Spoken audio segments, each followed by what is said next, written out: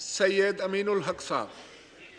शुक्रिया जनाबे वाला, देर की नज़र करम करते करते, बट एनीवे आज 16 अप्रैल पाकिस्तान की सियासी तारीख का खुशी का दिन है। पाकिस्तान के पार्लिमानी तारीख में पहली दफ़ा अनअपोज स्पीकर मंतखब हुआ। MKM पाकिस्तान दिल की गहराई से आपको ज़बरदस्त मुबारकबाद देती है, इस उम्मीद के साथ कि आप पाकिस्तान के आइन और कानून के मुताबिक तमाम लोगों को साथ लेकर चलेंगे। आप अल्हम्दुलिल्लाह क़ायद आज़म की तस्वीर के नीचे बैठे हैं।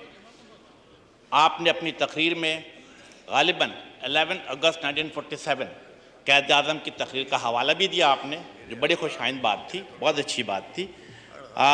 MKM पाकिस्तान ये समझती है कि 2-3 चीज़ें बड़ी इम्पॉर्टेंट है जिसके मुताबिक इस पार्लियामेंट को, इस हाउस को चलाया जाए। नंबर 1 कि बला तफरीक रंग व नस्ल और सियासी नज़रियों से बालातर होकर आप जब इस ऐवान को चलाएंगे, हमारी सपोर्ट आपके साथ रहेगी।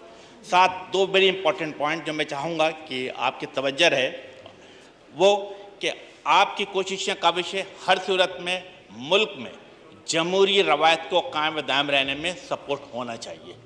नंबर 3 पार्लियामेंट की supremacy, that is very very important कि यस पार्लियामेंट की सुप्रीमेसी को हर सूरत में मुकद्दम रखा जाए, इस ख्वाहिश के साथ कि यस ये पार्लियामेंट अपना 5 साल मुकम्मल करे। और तीसरी और इम्पॉर्टेंट बात हमारी क्या ख्वाहिश होगी कि 1973 के कॉन्स्टिट्यूशन वेरी वेरी इंपॉर्टेंट, इसके मुताबिक आप तमाम लोगों को लेकर साथ चलें।